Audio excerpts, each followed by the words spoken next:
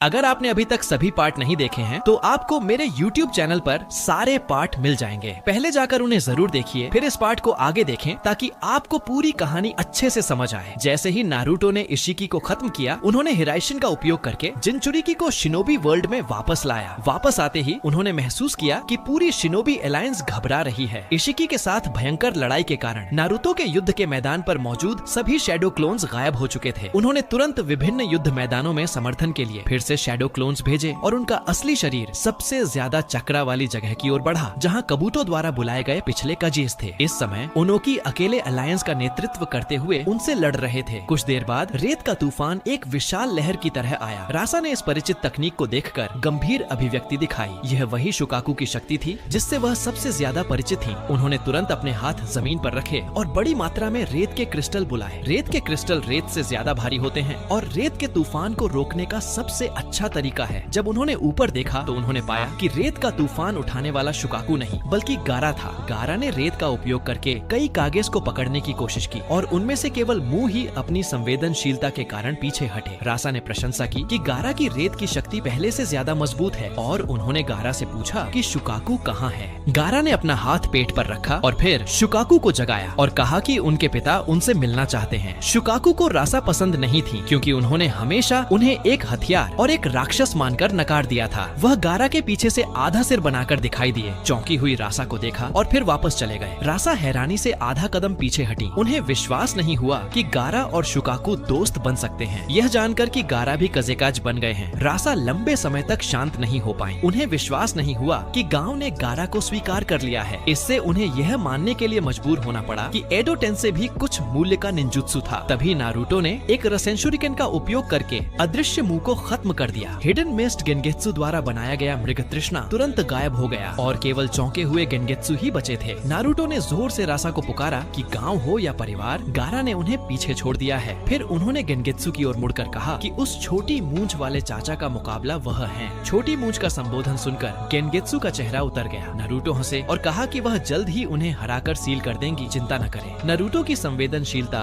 और शक्ति त्सुचिकागे मुंह से कहीं ज्यादा थी और गेनगेत्सु की तकनीक उन पर काम नहीं कर सकती थी। वह उन्हें ट्रूथ सीकिंग बॉल से घायल कर सकती थी और यिन यंग रिलीज एडो टेंसी के शरीर को गंभीर रूप से नुकसान पहुंचा सकता था। लेकिन उन्होंने ऐसा नहीं किया क्योंकि पिछले कगेस की अपनी गरिमा थी और वह चाहती थी कि ये सभी सही सलामत परलोक वापस जाए। नारुतो की शक्ति ने गेनगेत्सु को हैरान कर दिया। वह सोचने लगी कि उन्हें मरे हुए कितना समय हो गया है कि शिनोबी वर्ल्ड में ऐसा कोई व्यक्ति मौजूद है। आखिरकार नारुतो के मैग्नेट रिलीज रसेंगन की गिरफ्त में गेनगेत्सु संतुष्ट होकर सील हो गए। इस समय रासा ने गारा के मूल्य को फिर से खुद से जांचने का फैसला किया। गारा ने पिछली जिंदगी की तरह आसानी से अपने पिता को हरा दिया। कुछ साल पहले के चुनिन एग्जाम्स में उन्हें नारुतो से पता चला था कि उनकी परम रक्षा वास्तव में सैंडशील्ड नहीं बल्कि उनकी माँ का गहरा प्यार था और उनके पिता ने जो कुछ भी किया वह गांव के लिए था। इसलिए आखिरकार उन्होंने भी अपने पिता को माफ करने का फैसला किया। रासा को आखिरकार बिना किसी पछतावे के सील कर दिया गया। अब एडो टेंसे हुए कागेस में से केवल सेकंड त्सुचिकागे मुही बचे थे।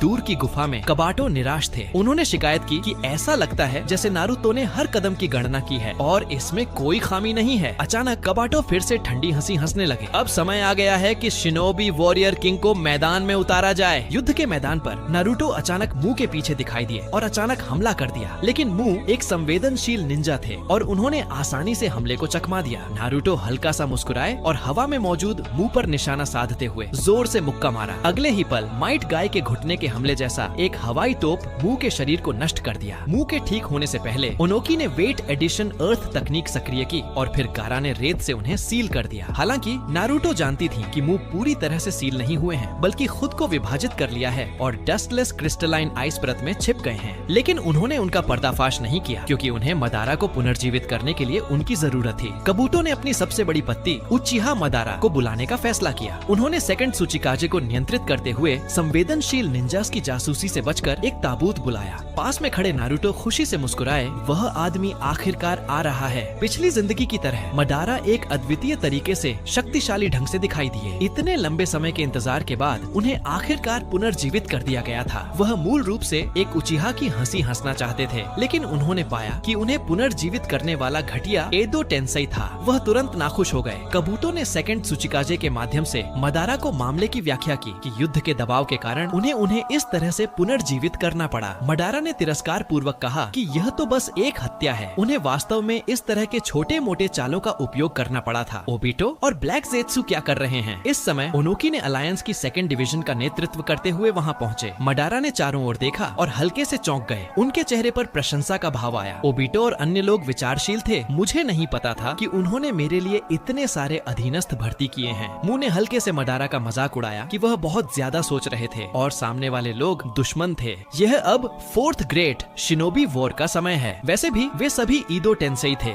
इसीलिए मुंह को मडारा को गुस्सा दिलाने का डर नहीं था। मडारा एक शीर्ष स्तर के शक्तिशाली व्यक्ति होने के नाते हशिरमा के अलावा बाकी सभी को हत्या के रूप में देखते थे, लेकिन प्रभाव के साथ वह छोटा व्यक्ति उन्हें थोड़ा अप्रिय लग रहा था। अलायंस में केवल ओनोकी ही मडारा के संपर्क में आए थे। उन्होंने आतंकित होकर सभी को दूसरे व्यक्ति की आंखों में सीधे न देखने के लिए कहा, बस अपनी आंखें बंद करो और तुम्हें कम दर्द होगा। कबूतो ने मुंह के माध्यम से मडारा को फिर से याद दिलाया कि वह प्रभाव वाला छोटा व्यक्ति 9 टेल्स जिनचुरिकी है, जिसका नाम उजुमाकी नारुतो है। उसकी शक्ति बहुत ज्यादा है और उसी ने टेल बीस्ट्स को इकट्ठा करने की हमारी योजना को खराब कर दिया था। उजुमाकी उपनाम सुनकर मडारा की भौहें तन गई। तो यह उजुमाकी मिटो उस महिला के क्लैन का सदस्य है। यह जानकर कि चीजें पूरी तरह से योजना से हट गई थीं, वह काफी नाखुश थे। इस समय मडारा और नारुतो के बीच लगभग 100 मीटर की दूरी थी, लेकिन उन्होंने बस अपने शेरिंगन से एक झलक देखी और अतुलनीय डोजुत्सु शक्ति ने नारुतो को लॉक कर दिया। नारुतो ने देखा कि दूसरा व्यक्ति उन्हें देख रहा है, तो उन्होंने आत्मविश्वास के साथ वापस देखा। मडारा मूल रूप से शेरिंगन के माध्यम से नारुतो के सील किए गए आयाम में प्रवेश करना चाहते थे, लेकिन उनकी चेतना अचानक एक विशाल तारों भरे आकाश में दिखाई दी और 9 टेल्स के विशाल शरीर ने उन्हें धमकाया और दहाड़ दी। मडारा की चेतना को जबरन बाहर निकाल दिया गया। मडारा को विश्वास नहीं हुआ कि 9 टेल्स, जिसे हाशिरामा ने एक हाथ से नियंत्रित किया था, अब इतना शक्तिशाली था। उन्होंने पुष्टि करने का फैसला किया। अपने हाथों से हाथ के संकेत बनाने के बाद उन्होंने जमीन पर हाथ रखकर समनिंग जुत्सु सक्रिय किया। अचानक एक गहरी आवाज गूंजने लगी, क्या तुम हमें बुला रहे हो? कबूतो का दिल धड़क उठा। नारुतो निश्चित नहीं थे कि वह कब मडारा के सामने दिखाई दिए। कबूतो ने अचेतन रूप से मुंह को नियंत्रित करते हुए पीछे हट गए। मडारा ने शांत भाव से नारुतो को ऊपर से देखा और कहा, क्या तुम भी नाचना चाहते हो? जैसे ही उन्होंने बोलना खत्म किया, उनका चेहरा अचानक बदल गया। नारुतो का वह तैजुत्सु, जिसे 3 टोमोए भी पकड़ नहीं सकते थे, अचानक उन पर आ गिरा। मडारा का शरीर सैकड़ों मीटर दूर जा गिरा। नारुतो ने पीछा किया और साथ ही हजारों शैडो क्लोन्स बनाए। प्रत्येक क्लोन ने एक ओदामा रसेंगान इकट्ठा किया। इस समय दूर तारों भरे आकाश में पहले नारुतो से पराजित इशिकी की आत्मा अचानक मोमोशिकी के पीछे दिखाई दी। मोमोशिकी इस समय इस ग्रह के डिवाइन ट्री से फल का आनंद ले रहे थे। उन्होंने इशिकी के आध्यात्मिक रूप को देखा और हंसते हुए मजाक उड़ाया, क्या तुम्हें कगुया ने फंसाया है? इशिकी ने स्वीकार किया कि उनकी आत्मा जल्द ही गायब होने वाली है। वह मोमोशिकी के लालची स्वभाव को अच्छी तरह से जानते थे, इसलिए उन्होंने उनके हाथों से बदला लेना चाहा। उन्होंने मोमोशिकी को शिनोबी वर्ल्ड के निर्देशांक बताए और यह भी बताया कि वहाँ अन्य ग्रहों की तुलना में सैकड़ों गुना अधिक ऊर्जा है। यह सुनकर मोमोशिकी के चेहरे पर लालच का भाव आया। इशिकी ने यह देखकर संतुष्टि जताई और कहा, ओत्सुत्सुकी, इशिकी की इच्छा अब तुम्हारे हाथों में है। इसके बाद उन्होंने अपना 10 टेल्स मोमोशिकी को दे दिया और ब्रह्मांड में गायब हो गए। मोमोशिकी ने भले ही मजाक उड़ाया और तिरस्कार किया, लेकिन वह पहले ही इशिकी की बातों से आकर्षित हो चुके थे। उन्होंने अपने पीछे खड़े किंशिकी को कगुया द्वारा प्रभारी ग्रह की ओर निकलने के लिए तैयार होने का इशारा किया। इस समय नारुतो का भयंकर हमला आखिरकार समाप्त हो गया, लेकिन मडारा का टूटा हुआ शरीर स्वचालित रूप से ठीक हो गया। उनके चेहरे पर अब शांत भाव नहीं था, बल्कि थोड़ा गुस्सा दिखाई दे रहा था। नारुतो और मडारा के बीच संक्षिप्त मुठभेड़ के बाद मडारा का पहला शांत चेहरा अब शांत नहीं रहा। उन्होंने fire release, great fire annihilation सक्रिय किया और आग का एक विशाल समुद्र नारुतो की ओर बढ़ने लगा। अलायंस के वाटर रिलीज में माहिर निंजास ने बहादुरी से एक साथ water release, great waterfall technique सक्रिय किया। नारुतो ने यह देखकर एक रसेन शुरिकेन इकट्ठा किया और उसे वाटर रिलीज में फेंक दिया।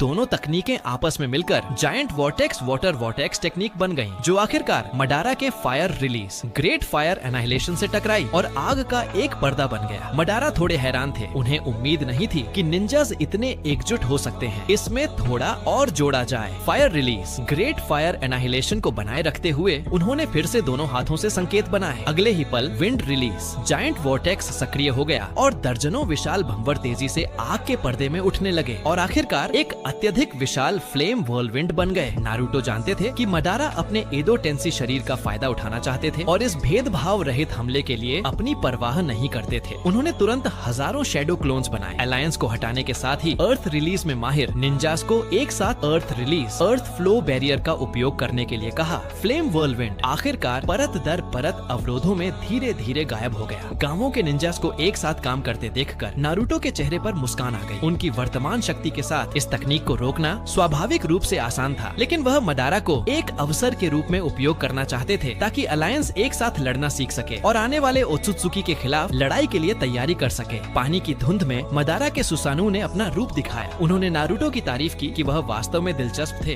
बिल्कुल उस आदमी की तरह। मदारा के सुसानु को देखकर अलायंस के दूर तक हमला करने वाले निंजास ने तुरंत उन्हें घेर लिया। मदारा ने अपने सुसानु को चलाया और सैकड़ों निंजास के खिलाफ लड़े बिना किसी नुकसान के। नारुतो किनारे पर लड़ाई पर करीबी नजर रख रहे थे और समय पर उन निंजास को बचा रहे थे जिन्हें मार लगने वाली थी। मदारा ने नारुतो का मकसद समझ लिया था। मेरे हाथों से लोगों को बचाना इतना आसान नहीं है। उन्होंने नारुतो के साथ थोड़ा खेलने का फैसला किया। नारुतो ने देखा कि मदारा ने मल्टीपल वुड रिलीज क्लोन्स की तकनीक के लिए संकेत बनाए हैं। उन्होंने तुरंत निंजास को पीछे हटने के लिए कहा। आखिरकार गंभीर मदारा से लड़ते समय वह हर किसी की रक्षा करने की गारंटी नहीं दे सकते थे। इस समय समुद्र तट पर जिराया के नेतृत्व में अलायंस ने व्हाइट ज़ेत्सु के पहले समूह के आक्रमण को सफलतापूर्वक रोक दिया था, लेकिन जल्द ही एडो टेंसी सेना का दूसरा समूह आ गया। नेतृत्व करने वाले व्यक्ति त्सुनाडे के पहले प्यार कैटो डैन थे। कबूतो ने डैन पर भावनात्मक नियंत्रण कम कर दिया था। डैन ने जिराया और अन्य लोगों को नमस्ते कहा। जिराया की आंखें चौड़ी हो गईं और उन्होंने जल्दी से अपनी बाह बढ़ाकर आगे बढ़ने की कोशिश कर रहे निंजास को रोक दिया। उन्होंने जोर से चिल्लाया कि सभी जल्दी से पीछे हट जाएं। दूसरा व्यक्ति स्पिरिट ट्रांसफॉर्मेशन टेक्निक का उपयोग करता है और सामान्य हमले काम नहीं करेंगे। जिराया की आंखें झुक गईं और वह डैन से आंखें नहीं मिला पाए और हकलाते हुए कहा कि डैन को भी एडो टेंसी कर दिया गया है। डैन ने जिराया से कहा कि इससे पहले कि वह स्पिरिट ट्रांसफॉर्मेशन टेक्निक सक्रिय करें, वह जल्दी से उन्हें सील कर दें। जिराया ने वाइल्ड लायंस मेने टेक्निक का उपयोग करके उन्हें जकड़ लिया और आह भरते हुए कहा कि त्सुनाडे ने एक बार डैन के लिए होकागे की पदवी छोड़ने की सोची थी। यह जानकर कि त्सुनाडे ने आखिरकार होकागे बनने का अपना सपना पूरा कर लिया है। डैन की आंखों में उम्मीद की झलक आई। उन्होंने जिराया से पूछा कि त्सुनाडे कैसी हैं? जिराया ने सिर खुजलाया और कहा कि कुछ समय पहले ही उन्होंने उनके साथ रिश्ते में आने की बात स्वीकार की है। यह सुनकर डैन झुक गए और फिर दुख भरे चेहरे के साथ अपना सिर नीचा कर लिया। आखिरकार जिराया को फायदा मिला और उन्हें वह मिल गया जो वह चाहते थे। कबूतो के शतरंज के बोर्ड पर डैन की मोहर अचानक टूट गई। यह जानकर कि त्सुनाडे खुश हैं। उन्हें अब कोई पछतावा नहीं था। गायब होने से पहले उन्होंने स्पिरिट ट्रांसफॉर्मेशन टेक्निक का उपयोग करके त्सुनाडे के मानसिक स्थान में प्रवेश किया। त्सुनाडे ने डैन को फिर से देखकर स्तब्ध रह गई। त्सुनाडे को अब भी इतना खूबसूरत देखकर डैन ने अपना हाथ बढ़ाया और त्सुनाडे के गाल को छूना चाहा, लेकिन त्सुनाडे थोड़ा सा पीछे हट गई। उन्होंने अपने होंठ काटे और साहस करके डैन से कहा कि यह सही नहीं है। उन्हें डर था कि जिराया को गुस्सा आएगा। डैन ने आंखें झपकाई और सूखी हंसी हंसे। त्सुनाडे खुद को रोक नहीं पाई और उन्हें धन्यवाद कहकर रोने लगी। इस समय नाइन टेल्स आधा बाहर निकले और नारुतो को जल्दी से मदारा को सील करने के लिए कहा। उन्हें यह याद था कि दूसरे व्यक्ति ने एक बार कितनी आसानी से उनसे खेला था और वह किसी भी तरह बदला लेना चाहते थे। नारुतो और मदारा के निंजुत्सु मुकाबले के बाद मदारा ने स्वीकार किया कि नारुतो वास्तव में दिलचस्प थे। मूल रूप से would release deep forest emergence सक्रिय करना चाहते थे, लेकिन नारुतो के शैडो क्लोन्स और रासेंगन की रणनीति को याद करते हुए उन्हें डर था कि नारुतो इसे भी आसानी से रोक देंगे, इसलिए वह ऊंचाई की ओर पीछे हटे। मदारा के रूप को देखकर नाइन टेल्स को एक अशुभ पूर्वाभास हुआ। उन्होंने नारुतो से जल्दी से मदारा को सील करने के लिए कहा।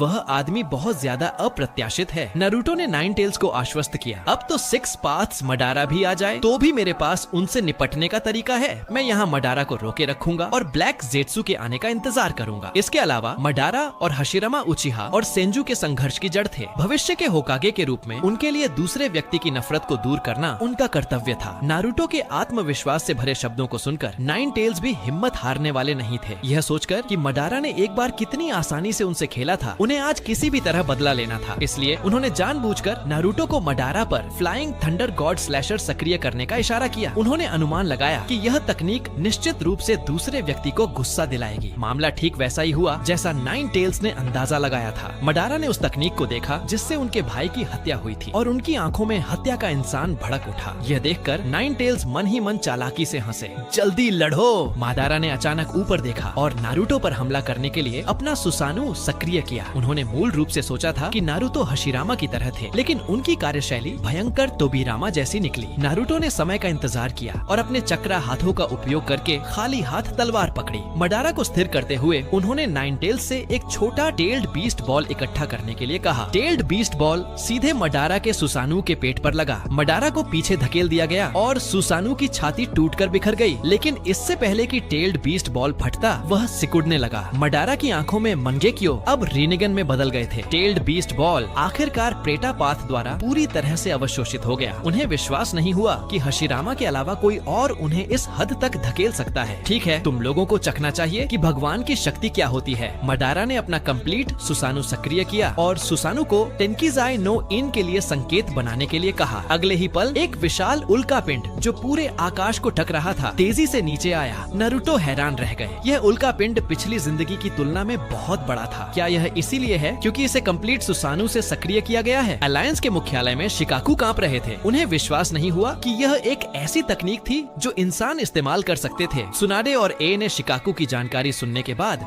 युद्ध के मैदान की ओर जाने का फैसला किया। मदारा ऊंचाई पर खड़े होकर नीचे के निंजास के आतंकित भावों को देखकर खुश हो रहे थे। उन्होंने नारुतो से कहा, एडो टेंसे के रूप में मुझे पूरी तरह से ठीक होने में ज्यादा समय नहीं लगेगा, लेकिन नीचे वाले छोटे लोगों के लिए ऐसा नहीं होगा। नारुतो ने हल्के से ठोकर दी और हमला करने ही वाले थे, लेकिन उन्होंने देखा कि ओनोकी आकाश की ओर उड़ रहे थे। उन्हें याद आया कि पिछली जिंदगी में भी ओनोकी थे जिन्होंने सभी का नेतृत्व करते हुए पहले उल्का पिंड को रोका था। इसलिए उन्होंने पहले अलायंस को कोशिश करने देने का फैसला किया। यह उल्का पिंड आखिरकार ओनोकी, गारा और किलर बी के सहयोग से रुक गया। यह देखकर मदारा चौंक गए। कमबख्त किड त्सुचिकागे का शरीर तो नहीं बढ़ा, लेकिन उसकी क्षमताएं काफी बढ़ गई हैं। तो तुम दूसरे वाले से कैसे निपटोगे? दूसरा उल्का पिंड तेजी से आया। मडारा ने उल्का पिंड के ऊपर उड़ते हुए उसे आगे बढ़ाने के लिए ऑलमाइटी पुश सक्रिय किया। उल्का पिंड के गिरने की गति पहले वाले से कई गुना तेज थी। जैसे ही सभी निराश हुए, नारुतो ने मुट्ठी कसी। उनके चेहरे पर हैरानी के अलावा जोश भी था। वह सीधे उल्का पिंड की ओर दौड़े और अपने हाथों में ट्रूथ सीकिंग बॉल रासन शुरिकेन इकट्ठा किया। नीली रोशनी ने तुरंत पूरे आकाश को रोशन कर दिया। नारुतो ने एक ही बार में मडारा के विशाल उल्का पिंड को नष्ट कर दिया। मडारा उत्साहित थे और जोर से चिल्लाए कि नारुतो हशिरामा के बाद दूसरे व्यक्ति थे जिन्होंने उन्हें इतना उत्साहित किया था। लेकिन नारुतो घबरा गए क्योंकि वह टूटते हुए पत्थरों को भीड़ में गिरने से रोकने के लिए बहुत देर कर चुके थे। इस समय नीचे मैदान में अलायंस के सदस्यों ने जोर से आवाज दी। कोनोहा के नायक उजुमाकी नारुतो ने हमारे लिए 99% खतरा हल कर दिया है। अब हमारे लिए खुद के लिए लड़ने का समय है। जिस लड़के को कभी नाराज किया गया था, वह जाने कब सभी के दिलों में एक पूजनीय नायक बन गया था। सभी ने प्रोत्साहित होकर हमले का विरोध करने के लिए अपनी अपनी तकनीकें सक्रिय की। नारुतो ने हवा में ब्लैक रिसीवर पकड़ा और मडारा के साथ भयंकर युद्ध किया। कंप्लीट सुसानू के लिए अत्यधिक छोटा ब्लैक रिसीवर 10,000 टन शक्ति के बराबर लग रहा था और सुसानू की तलवार उसे काट नहीं पाई। दोस्तों, अगर आपको ये वीडियो पसंद आया हो तो नीचे हाइप बटन दबाना मत भूलो। अगर वीडियो को लाइक और शेयर करना बिल्कुल मत भूलिएगा। और हाँ, आने वाला वीडियो मिस न हो इसके लिए चैनल को सब्सक्राइब जरूर कीजिए। आपका प्यार और सपोर्ट ही हमें और भी रोमांचक कहानियां लाने की ताकत देता है। यहीं पर इस वीडियो को खत्म करते हैं। मिलते हैं अगले वीडियो में।